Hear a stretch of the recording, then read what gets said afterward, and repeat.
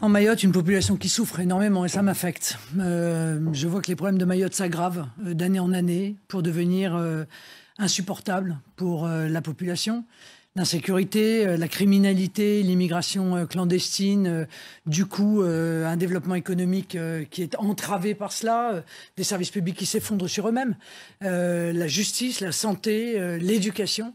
Or, Mayotte a un bel avenir pour peu que les bonnes décisions soient prises. Et moi, je comprends ces gens qui parfois n'y croient plus parce qu'ils ont le sentiment que rien n'a jamais été fait.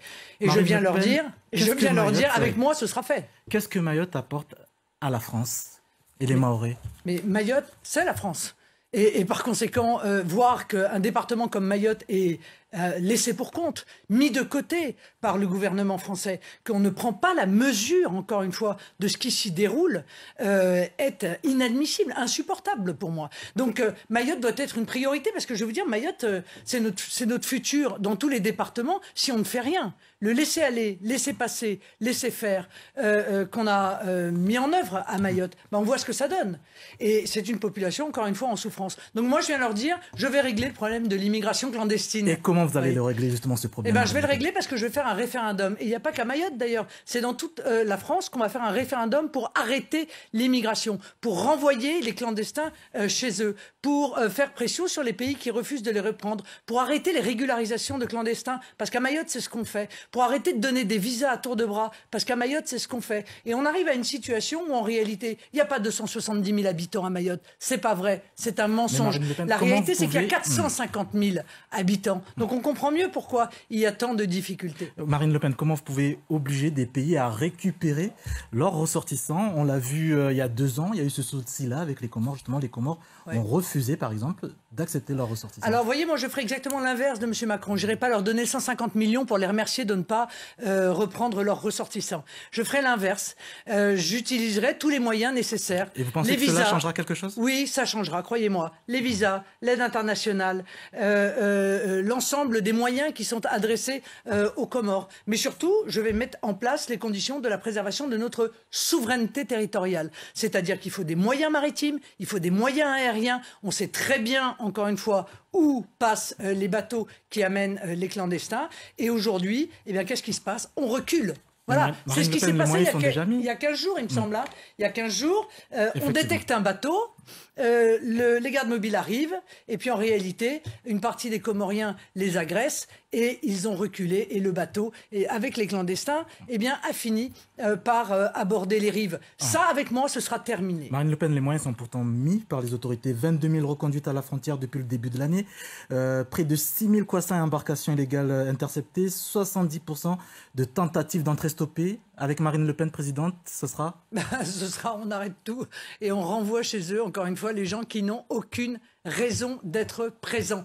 Le problème, c'est un problème de volonté politique. Et moi, je dis ça à ceux qui pensent qu'il y a une fatalité. Il n'y a pas de fatalité. Il y a juste des gens qui ne veulent pas faire le travail. Voilà. La réalité, c'est qu'Emmanuel Macron, il a encore déclaré hier que l'immigration, eh bien, c'est une chance pour notre pays, que c'est un enrichissement. Bah, je suis désolé, mais quand on regarde Mayotte, on voit que ça n'est pas un enrichissement, que c'est un appauvrissement et que surtout, ça perturbe très gravement la vie quotidienne. Donc, ils peuvent me faire confiance, croyez-moi, j'ai de l'autorité et je réglerai les problèmes des Mahorais. Marine Le Pen, vous l'avez dit, Mayotte, c'est pas que l'immigration et l'insécurité, c'est aussi la vie chère, l'inégalité sociale.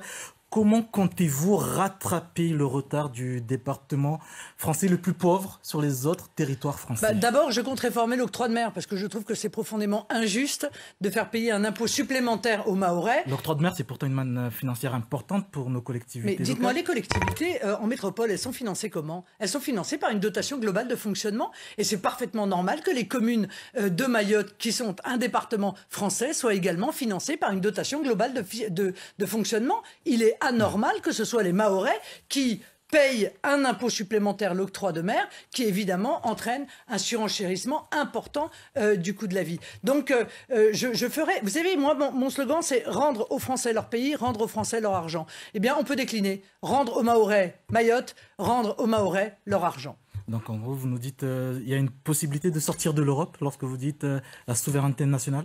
Non, pas du tout. La souveraineté nationale, c'est préserver notre territoire maritime, pour éviter, encore une fois, ces afflux de clandestins qui n'ont jamais cessé.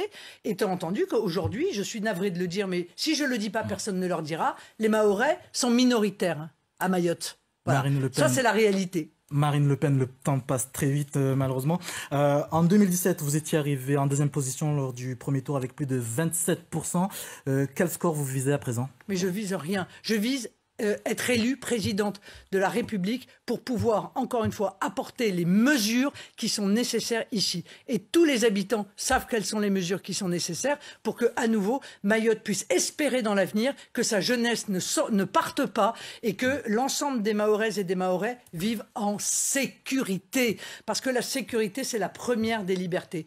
Et quand on voit une population vivre avec la peur au ventre, eh bien, on ne peut pas rester sans rien faire. En 2011, Marine Le Pen, lorsque vous étiez arrivée à la tête du Front National, aujourd'hui Rassemblement National, vous avez pour objectif de dédiaboliser le parti. Lorsqu'aujourd'hui on voit ces images de liesses d'accueil populaire, est-ce que vous estimez que le pari est gagné aujourd'hui? Oui, mais le pari est gagné, mais surtout, c'est le pari du bon sens qui est gagné. Je pense que la population prend conscience que je dis les choses avec franchise, que j'ai la volonté d'agir et que j'aurai l'autorité pour le faire. Or, ils ont été baladés pendant des années par des gouvernements successifs qui soit se désintéressaient totalement de Mayotte, soit faisaient des promesses qu'ils ne tenaient pas. Je crois que la dernière, celle de l'aéroport, me paraît assez parlante. Merci Marine Le Pen d'avoir accepté notre invitation ce soir. Merci à vous.